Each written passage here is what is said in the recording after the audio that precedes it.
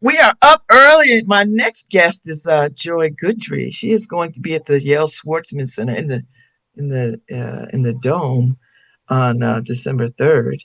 She's got a new album out called Five Prayers, and she'll be joining us momentarily to talk about the inspiration for this work. Let me tell you a little bit about Ms. Joy. I believe she is from Texas. She is a bassoonist, a versatile improviser, performance artist, and composer of experimental music, daring new works that embody a deep love of storytelling. Joy's music channels her inner child in honor of their ancestors and predecessors. The San Diego Tribune has hailed her performance as lyrical and haunting, hair-raising, and unsettling. Joy was born in Houston, Texas, into a creative family that has shaped who she is today. She is the founder of Jade Records, which is a record label that focuses on experimental ambient music, free jazz. Jade Record was founded in October of 2024 and currently has released, this is her third album, entitled Five Prayers. Joy has presented her original work at the Metropolitan Museum of Art, Hauser and Wirth, Music of Contemporary Art San Diego, The Kitchen, Red Cat, among many other venues. And she has been commissioned by the National Sawdust Long Beach Opera, Jack Quartet, Guadamus Festival, and the I Foundation. Joy has been featured in festivals like the La Biennale di Venezia, the Balanews Blues Festival, A La Mar Festival, Cologne Jazz Week, Dripping Festival, the Spoleto Festival USA, Big Ears Festival, and many, many more. Joy Guidry is a winner of the 2021 Berlin Prize for Young Artists. She is currently playing on a Heckel bassoon, number 6101. Good morning, Miss Guidry. I think she's going to pop on. I see her popped on. Hi, good morning. How are you? I'm good. How are you? Thanks for getting up early, girl. Yes, of course. I know it's early for people, but I appreciate you coming on. So you're going to be here December 3rd, which is exciting. Yes, I'm very excited. Have you been here before? No, I've never been to New Haven. Oh, then you're in for a treat. Make sure people take you to get some good pizza. That's what I've heard. So I'm allergic to dairy. So me too. Oh, okay. Me Hopefully too. They have options. So I can tell you where to go to get great pizza without dairy. They use vegan cheese. Okay, amazing. I will drop that in the chat to Serafika. So how are you? I'm good. I just got back from my tour for Five Prayers. Feeling very, very inspired. Feeling tired for sure. It was a long 3 weeks. I'm just happy to be home for the holidays, and I recently moved to Chicago and I have a new apartment. So it's my first holidays in this new home, and just trying to fill it with a bunch of good memories and warmth and things like that. Oh, that's wonderful. Now you hail from Houston, Texas. Yes, I am from Houston. Are your people still there? You got people All there? of them. Well, okay. It's kind of half and half. So my mom's family is all from, my mom and my dad's family are all from Louisiana, from Southwest Louisiana, like Opelousas or Lafayette and Grand Coteau. And then my grandma, my maternal grandma, moved to Houston. So it's kind of like half my family is in Houston, half my family is in Louisiana. Mm-hmm. So when you come from that part of the country, particularly if they're from Louisiana, I know music is in your bloodstream. Yes, absolutely. So tell me, how did you become a bassoonist?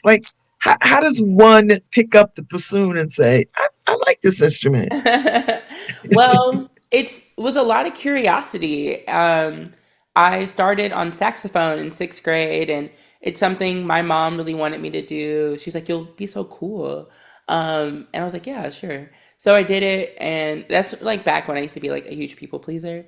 So I did it, and music was something I kind of was always good at, and so I learned saxophone pretty quickly, and it just was never fun to me. I think it's a beautiful instrument when I hear it now, but I don't know. I kind of felt like I was doing it for someone else. So when I learned about the bassoon in AP music theory, um, I was like, oh, this is such an interesting instrument. And like, I only knew it in the context of classical music, like Stravinsky's Rite of Spring or La Mer from Debussy, and different like beautiful pieces like that.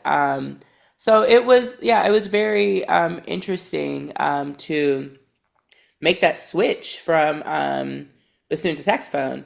And a big reason, I don't know, didn't have appreciation for the saxophone is in my music education, it was taught that jazz was secondary. It was like this black music, that necessarily didn't deserve the respect that it absolutely does. Jazz is the foundation Right, of so much. right. Jazz and gospel music. I mean, one could say they're the same thing. But yeah, it's very interesting that I switched from saxophone to bassoon to play more classical music, and now I do jazz in a Okay. way. So yeah, so that's how bassoon found me, and I fell in love with it immediately. It's a very difficult instrument to play, but over time, it has really gone from like this vice to make music to literally a part of me. Like it's getting to the point where I do need to get a new bassoon. This one is 100 years old. Um, Wow. yeah, So and what's a new bassoon? Like one that's 50 years old? Like what's a no, like quite literally, you can get one that just finished yesterday, or wow. today. But yeah, preferably like I would like a bassoon that's about 50 or 40 years old. They do take a long time to break in. I mean, it's up for debate, but I would say it takes about 10 years for a bassoon to break in. Wow. Just with touring, traveling with a bassoon this old is really scary Mm-hmm. sometimes. I have a very, very, very good case made by Wiseman as carbon fiber, and people can shove their bags up there and it won't do anything to the instrument, but it's just like, wow, like y'all have no concern for other people's property. So yeah, I'm ready to keep this one at home for like recording purposes and local shows in the states and things like that. But yeah, it is about that time to get a Wow. Well, good bassoon. luck. Good luck with that. Thank Tell me you. about this new album because this is your third album. Yes. And it So sounds very for the moment. I Five mhm. Prayers speaks to what we all need at this particular moment. So tell me about your your journey for this album. Yeah, I would say it was what I needed in the moment as well, and currently writing as well. A year ago, I was so unbelievably broke and uninspired and just not having a good time in life. And I started thinking about writing some demos. I was like, well, I'm leaving this one label. Do I want to go independent? Do I want to possibly get signed by a much bigger label, start a new journey over there? So I was like, well, I need demos, like things aren't gonna just like if an opportunity falls into my lap, like I need to be prepared. And I feel like that's most black people in America. Like, what to say, you don't have to get ready if you stay ready. So That's I'm it. trying to stay ready. So I started making these demos, and I was having so much fun and exploring this new sound world, and it really helped me with my depression that I was dealing with at the time and other things going on with my mental health. So I ended up staying independent, ended up making up my own label, but I was like, oh my God, I have all this music. And I was talking to my best friends who also kind of like creative direct for me. And they're like, you should release it, It originally was going to be a Man Deluxe album for my album that came out a year before. Hmm. But it just had a completely different storyline, where A Man was kind of about finding happiness, finding peace. Five Prayers is just five songs that are pretty raw emotion. The titles tell a pretty clear story in my head, that I was kind of fighting for my life. And I had to lean on so many friends. I had to lean on my craft. I had to lean on my actual prayers. I had to lean on God. Like I just had to really, as my 16-year-old brother would say, I had to really lock in. It was a really horrible and tough time. But the testament of that album today is I started it last summer, and I didn't have a lot of hope for myself. I did not have a lot of hope for my future or so many things in my life. And I was crying and I was like, I'm not being seen the way I want to. I'm not being heard the way I want to. I'm not happy. I like found no enjoyment out of life, to having a really good talk with a mentor in July that completely changed me. Well, I don't say completely changed me, but started the process of like awakening me back to my true self that I have loved that I've become, to now leaving a 3-week European tour with so many great dates, met so many people, played so much music, got to play in places I never would have thought I would have gotten to do when I started music in sixth grade. It was stuff for my dreams, and things are just growing and growing in my business side with music and everything, and it's really nice and it's lovely to hear like see people's messages or what this album means to them and like how the music has helped them the same way it has helped me. So I started this album with hopes of feeling better and putting energy into this album to have a better life in the future, just mentally, spiritually, maybe even financially. But, just to have a good time. And a year later, I can say that testament stands true. And that energy I put out into the universe of just wanting to heal has happened. And I have healed from that episode of my life. And yeah, I feel extremely blessed. I'm so happy. I'm not happy I went through that journey. I do not wish it even on my worst ex-boyfriend, But it taught me a lot, and I really see what God was trying to talk to me about during this year, and just like show me I can get through anything, So it was truly a journey.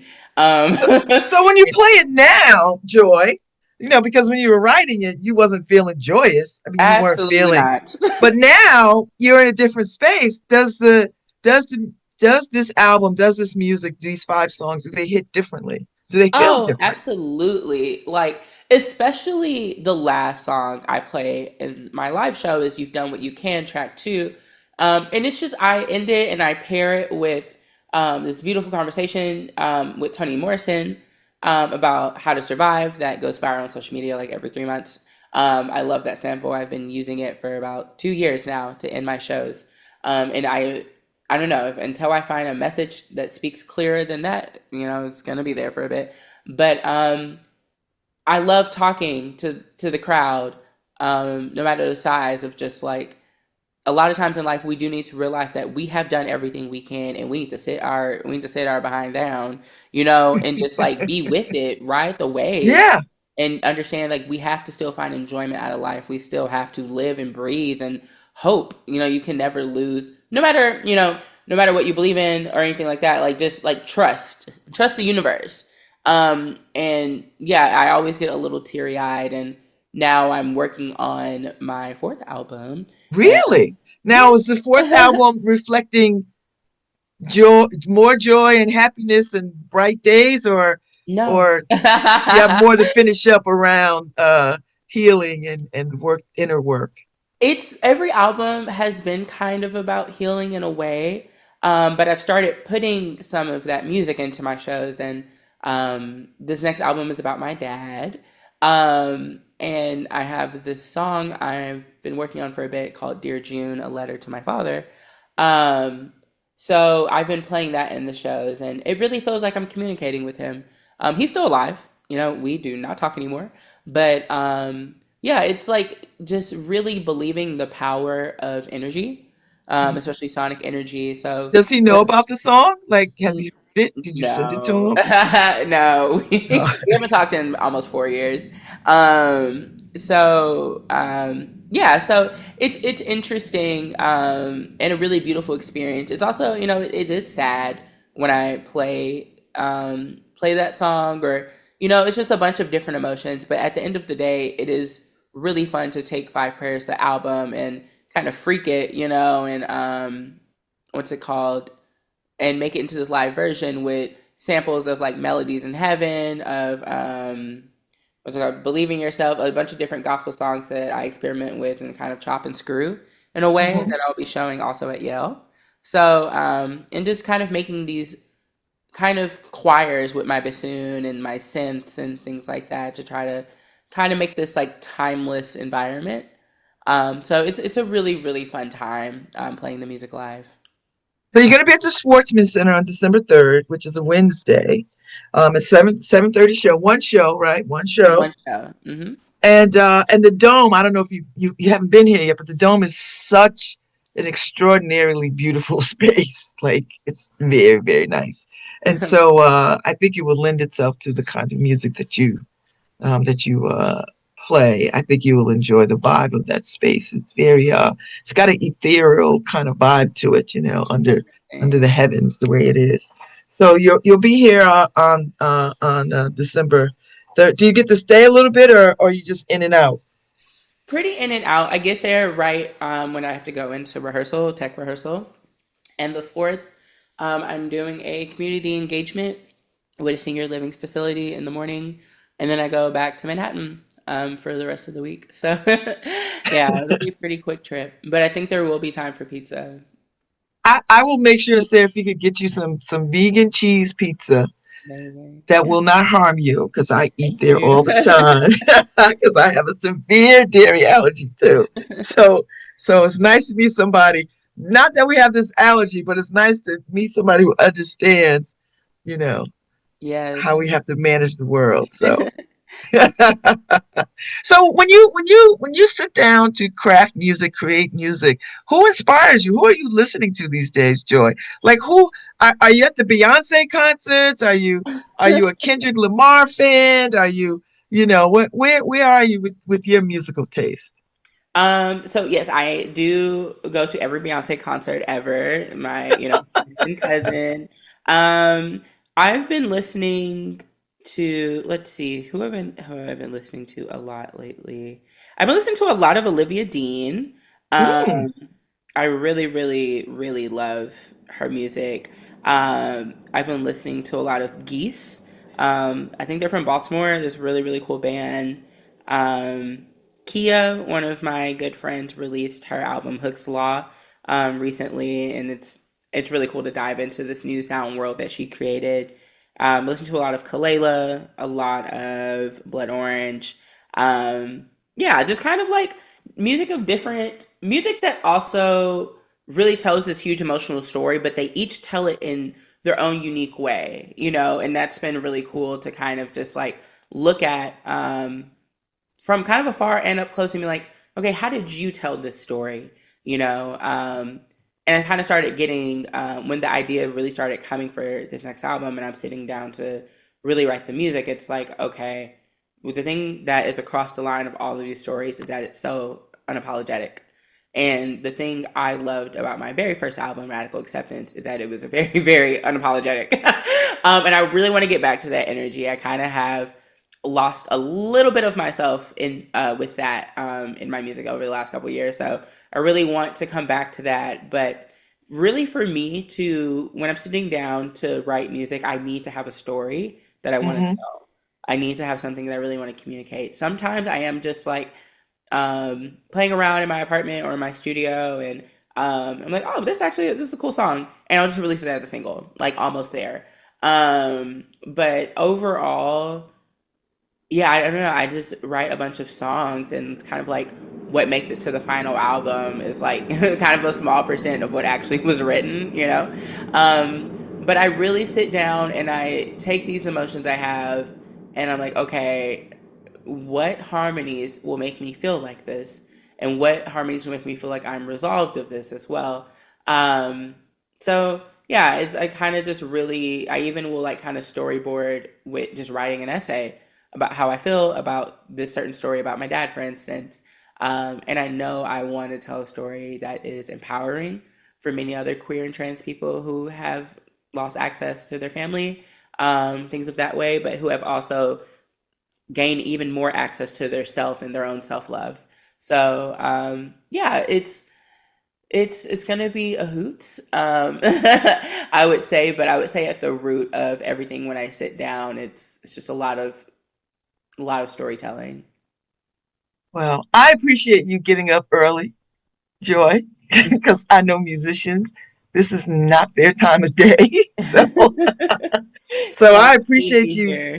getting up early to talk to me about your artistry, and I know you're going to be amazing come December 3rd for your performance. I'm gonna do my best to try to get there because Yes, please. It'd be great to meet you. I find you inspiring. So I'm gonna try to get into space. We'll see what happens, but I Yeah. know it's gonna be fabulous. I'm gonna put your music in my rotation so I could get more familiar with it and just flow with it and see what happens. So thank Alrighty. you Thank you so much.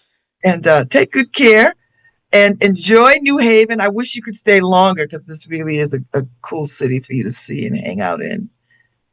Yes, hopefully in the future. All right, my dear. Thank you, Joy. Thank you. Y'all have a good day. All right, you too. Bye Thank bye. you. All right, Harry. I will. Happy Thanksgiving to everybody. I won't be back until after Thanksgiving, December. So happy Thanksgiving, Harry. I will see you later.